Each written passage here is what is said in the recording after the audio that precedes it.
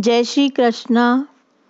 अध्याय 4 भाग 11 में हमने सुना कि अर्जुन श्री कृष्ण से प्रश्न करते हैं कि हे प्रभु, सूर्यदेव विवस्वान आपसे पहले हो चुके हैं, तो फिर मैं कैसे समझूं कि प्रारंभ में भी आपने उन्हें इस विद्या या गीता का उपदेश दिया।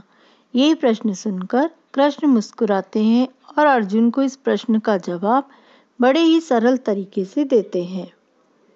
तो आज भाग 12 अध्याय 4 में हम कृष्ण द्वारा अर्जुन को इस प्रश्न का जवाब देते हुए सुनेंगे।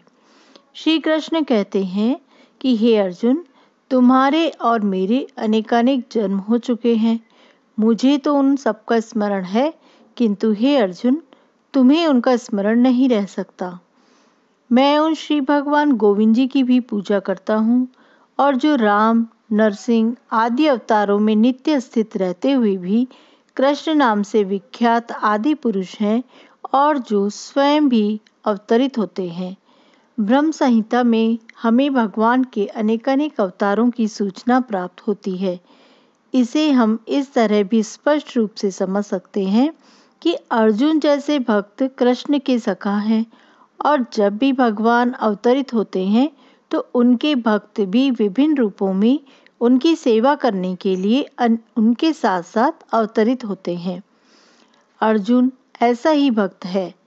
लाखों वर्ष पूर्व जब भगवान कृष्ण ने भगवत गीता का प्रवचन सूर्यदेव विवस्वान से किया था, तो उस समय अर्जुन भी किसी भिन्न रूप में उपस्थित था, किंतु भगवान और अर्जुन में यह अंतर है कि भगवान ने यह घटना याद रखी और अर्जुन इसे याद नहीं रख सके। अंश रूप जीवात्मा और भगवान में यही तो अंतर है। ब्रह्म संहिता में भगवान को अच्युत कहा गया, जिसका अर्थ होता है कि भौतिक संपर्क में रहते हुए भी अपने को नहीं भूलते हैं। मेरे प्रिय भक्तों, यहाँ पर हमें यह भी देखने को मिलता है कि शरीर परिवर्तन के साथ साथ जीवात्मा सब कुछ भूल जाता है, किंतु कृष्ण सब स्मरण रखते हैं। श्री कृष्ण आगे अर्जुन को कहते हैं कि यद्यपि मैं अजन्मा और अविनाशी हूँ, और यद्यपि मैं समस्त जीवों का स्वामी हूँ, तो भी प्रत्येक युग में मैं अपने आदि दिव्य रूप में प्रकट होता हूँ। भगवान ने अपने जन्म की विलक्षणता बतलाई। यद्यपि वे सामान्य पुरुष की भांति प्रकट हो सकते हैं, किंतु उन्हें विगत अनेकानेक जन्मों की पूर्ण स्मृति बनी रहती है, जबकि सामान्य मनुष्य को कुछ भी थोड़े घंटे पहले ही घटी हुई किसी भी घटना का स्मरण नहीं रहता। हम सब भक्तजन ये जानते हैं कि श्री कृष्ण सामान्य जीव की भांति प्रकट हो रहे हैं।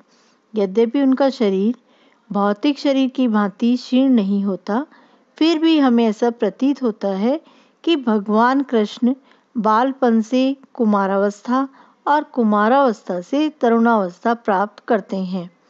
किंतु यह आश्चर्य की बात तो है कि वे कभी युवावस्था से आगे नहीं बढ़ते। हमें कृष्ण की वृद्धावस्था का कोई भी चित्र नहीं दिखता, क्योंकि वे कभी हमारे समान वृद्ध नहीं होते।